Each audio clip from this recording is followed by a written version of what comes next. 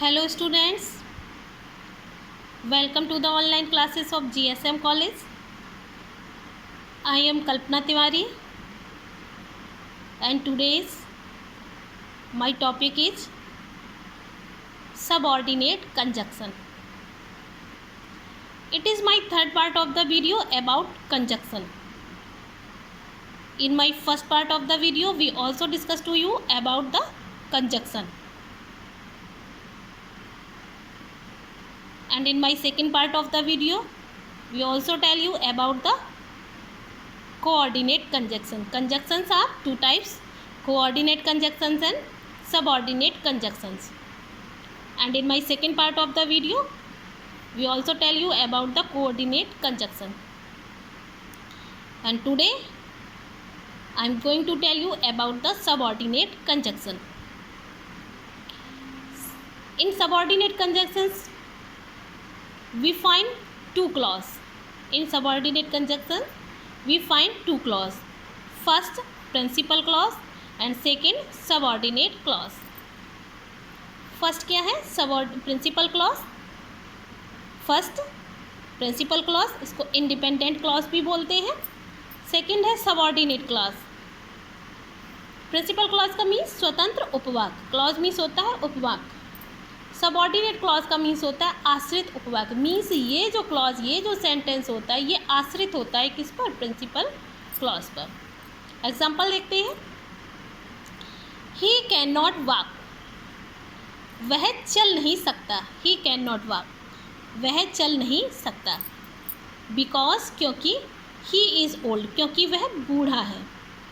अब इसमें क्या है? ये हमने कंजक्शन का यूज़ किया है. ये हमने सबऑर्डिनेट कंजक्शन का यूज़ किया है. ये ही कैन नॉट वॉक जो है ये प्रिंसिपल क्लॉज है. इसका मीनिंग जो है वो एकदम क्लियर, अपने आप में स्वतंत्र उपवाक है. इसका मीनिंग स्वयं में पूर्ण है, पूरा क्लियर है. और ये बाकी जो है ये सबऑर्डिनेट क्लॉज है. ही इज़ ओल्ड, वह बूढ़ा है. वह बूढ़ा है, इसका मीनिंग जो है वो क्लियर नहीं हो रहा है कि वह बूढ़ा है, वो क्या कहना चाह रहा है. तो इस वाक्य को, ये जो सबऑर्डिनेट क्लॉज है, इस सेंटेंस को पूरा करने के लिए हमें क्या लगाना पड़ेगा? Subordinate conjunction. और जब यहाँ पर हमने सबऑर्डिनेट कंजक्शन बिकॉज का यूज़ किया तो सेंटेंस आपका बनता है ही कैन नॉट वॉक, वह चल नहीं सकता. क्योंकि ही इज ओल्ड, क्योंकि वह बूढ़ा है इसलिए वह चल नहीं सकता. नेक्स्ट सेंटेंस है वी नो, हम जानते हैं. दैट, ये कंजक्शन है आपका सबऑर्डिनेट कंजक्शन. इसको मैंने आगे बहुत अच्छे से एक्सप्लेन किया है. दैट गॉड इज ओमनिशिएंट, कि ईश्वर जो है वो ओमनिशिएंट है, सर्वद्रष्टा है. हम जानते हैं, ये तो अपने आप में क्लियर हो गया. गॉड इज ओमनिशिएंट, ईश्वर जो है सर्वद्रष्टा है. इन दोनों सेंटेंस में एक प्रिंसिपल क्लॉज और दूसरा सबऑर्डिनेट क्लॉज है. तो इन दोनों सेंटेंस को जोड़ने के लिए हमें कंजक्शन का यूज करा, एक लिंकिंग वर्ड का यूज हुआ. वो लिंकिंग वर्ड क्या है? दैट. हम जानते हैं कि ईश्वर कैसा है? गॉड इज ओमनिशिएंट, ईश्वर जो है वो सर्वद्रष्टा है. हम जानते हैं कि ईश्वर सर्वद्रष्टा है. अब सबऑर्डिनेट कंजक्शंस कैसे यूज करने हैं उनको मैंने आगे एक्सप्लेन किया है. जैसे किसी समय की बात हो रही हो, अगर समय टाइम दिया जा रहा है किसी सेंटेंस में तो वहाँ पर आपको व्हेन लगाना है, आफ्टर लगाना है, एज सून एज लगाना है, बिफोर लगाना है, नो सूनर लगाना है, देन लगाना है और टिल या अनटिल लगाना है. यदि स्थान की बात चल रही है सेंटेंस में, यदि कोई स्थान को लेकर के कोई सेंटेंस लिखा हो तो आपको वेयर या वेयर एवर इनका यूज़ करना है.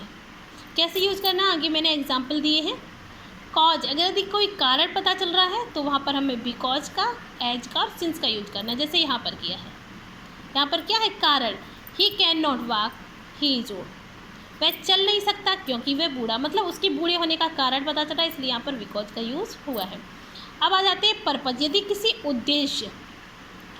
उद्देश्य की पूर्ति हो रही है तो वहाँ पर हमें दैट का यूज करना है. जैसे ये एग्जाम्पल है, वी नो, हम जानते हैं कि ईश्वर सर्वद्रष्टा है. इसमें क्या है? ईश्वर सर्वद्रष्टा है, ये बात हमें बतानी है. इसमें मुझे अपने उद्देश्य को पूर्ति प्राप्त हो रही है कि हम जानते हैं, मुझे पहले से पता है, हम जानते हैं कि ईश्वर क्या है? सर्वद्रष्टा है. सो दैट, ताकि. इन ऑर्डर दैट, लीस्ट, कहीं ऐसा ना हो. कंपैरिजन, यदि कहीं तुलना वाली बात हो रही हो तो एज का यूज़ करना है, सो एज का यूज़ करना है और देन का यूज़ करना है। यदि कहीं कॉन्ट्रास्ट कंपैरिजन हो रहा है, यदि कहीं कॉन्ट्रास्ट विरोधाभास हो रहा है तो आल्दो, दो और इवन इफ, हाउएवर का यूज़ करना है। रिजल्ट कहीं परिणाम निकल के आ रहा है तो रिजल्ट की जगह पे क्या करना है, कंजक्शन दैट से शुरू होता है। यदि कहीं परिणाम का पता चला है तो उसका जो कंजक्शन होगा वो भी दैट से शुरू होता है और उसके पहले सो का प्रयोग होगा। एग्जाम्पल में देखते हैं, कंडीशन यदि कहीं शर्त की बात हो रही है, शर्त है सेंटेंस में, तो वहाँ पर इफ़, अनलेस और इन केस का यूज होगा। मैनर तौर तरीके या ढंग का पता चल रहा है तो वहाँ पर as, as if, as for as और सो फॉर एज का यूज होगा। आगे एग्जाम्पल्स दिए हैं, एग्जाम्पल देखते हैं। एंड कहाँ पर लगेगा, जहाँ पर दो सेंटेंस को जोड़ने में हम एंड का यूज करेंगे। एंड का यूज कहाँ पर करेंगे, जहाँ पर दो सेंटेंस को जोड़ने की बात हो रही हो वहाँ पर एंड का यूज़ किया जाता है। बट का यूज़ कहाँ पर होगा, बट का यूज वहाँ पर होगा जहाँ पर अपोजिट सेंटेंस हो। दो सेंटेंस आपस में अपोजिट हो तो वहाँ पर बट का यूज करना है, और दो सेंटेंस को जोड़ने की बात हो रही हो तो वहाँ पर हमें एंड कंजक्शन का यूज करना है। एग्जाम्पल देखते हैं, सीता केम हियर, सीता यहाँ आई, रीड अ बुक और एक किताब पढ़ी। तो यहाँ पर दो सेंटेंस को जोड़ने के लिए हमें क्या करना पड़ रहा है, एंड का यूज़, एंड कंजक्शन का यूज करना है। सीता केम हियर, सीता यहाँ आई, और रीड अ बुक और एक किताब पढ़ी। और इसी में अपोजिट में किसका, बट का यूज करना है। सीता केम हियर, सीता यहाँ पर आई, बट लेकिन she did not read a book, लेकिन उसने एक भी किताब, she did not read a book, उसने कोई भी किताब नहीं पढ़ी। तो इसमें नहीं मतलब एक दूसरे के अपोजिट, वो आई तो पर उसने वो काम नहीं किया। तो जब अपोजिट सेंटेंस हो तो वहाँ पर बट का यूज़ करना है, और दो सेंटेंस को जोड़ने की बात हो रही हो तो वहाँ पर एंड का यूज़ करना है। नेक्स्ट सेंटेंस में देखते हैं, यदि बोथ के बाद एंड का प्रयोग होगा ना कि एज का, मतलब अगर कोई भी सेंटेंस दिया जाता है तो हमेशा बोथ के बाद एंड का प्रयोग होता है और एज का प्रयोग नहीं होता है। बोथ के बाद किसका यूज होगा, एंड का यूज होगा, एज का यूज़ नहीं होगा। एग्जाम्पल में देखते हैं, both Meera and Geeta went there, both के साथ हमेशा एंड का यूज होगा, बोथ मीरा एंड गीता। इस एंड को ऐसे भी लिख सकते हैं और ऐसे भी लिख सकते हैं, both Meera and Geeta went there, Meera और गीता दोनों ही वहाँ गई। तो बोथ के साथ एंड का यूज होगा, एज का यूज नहीं होगा। नेक्स्ट सेंटेंस में देखते हैं, पॉजिटिव सेंटेंस में होता है, नेगेटिव में नहीं होता है। Neither Meera nor Geeta went there, both का ये बता रहे हैं। नाइदर मीरा, ना तो मीरा, और नॉर गीता वेंट, ना तो वहाँ पर मीरा गई और ना ही गीता गई वहाँ पर। तो नाइदर के साथ हमेशा नॉर का यूज़ होगा और बोथ के साथ हमेशा एंड का यूज़ होगा। एंड को अभी बताया था, एंड जो है दो वस्तुओं को जोड़ता है, दो सेंटेंस को जोड़ने में एंड का यूज होता है। और का यूज अथवा के लिए होता है, मतलब दो में से कोई एक। एंड का यूज वहाँ होता है जहाँ पर दो वस्तुओं, दो सेंटेंस को जोड़ने की बात हो रही हो। बहुत ही डीपली, बहुत ही ध्यान से सुनना है। ये टॉपिक जो आपका बहुत ही इंटरेस्टिंग और इन्फॉर्मेटिव है। अगर आप ज़रा सा भी ध्यान से इनको समझ लेते हैं तो आपको सेंटेंस जो करेक्ट इनकरेक्ट करने के एग्ज़ाम में आते हैं वो भी आपके राइट हो जाएंगे। देखिए, एंड जो है वो दो सेंटेंस को जोड़ने के लिए यूज़ होता है, और एंड जो है दो वस्तुओं को जोड़ता है। लेकिन वहाँ पर अगर और लिखा हुआ है तो और का मीन्स जोड़ना नहीं है, और का मीन्स है दो में से कोई एक, दो में से कोई एक को वहाँ पर बात हो रही है। एग्जाम्पल में देखते हैं, कम इन और go out.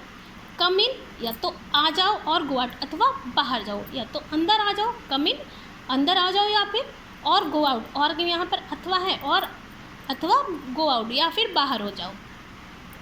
He want a pen और अ पेंसिल, उसको चाहिए अ पेन और अ पेंसिल, या तो उसको एक पेन मिल जाए या फिर एक पेंसिल। यहाँ पर और जो है वो अथवा के लिए, यही चीज़ दिमाग में रखनी। और जो है वो अथवा मतलब दो में से कोई भी एक चीज़ उसको मिल जाए।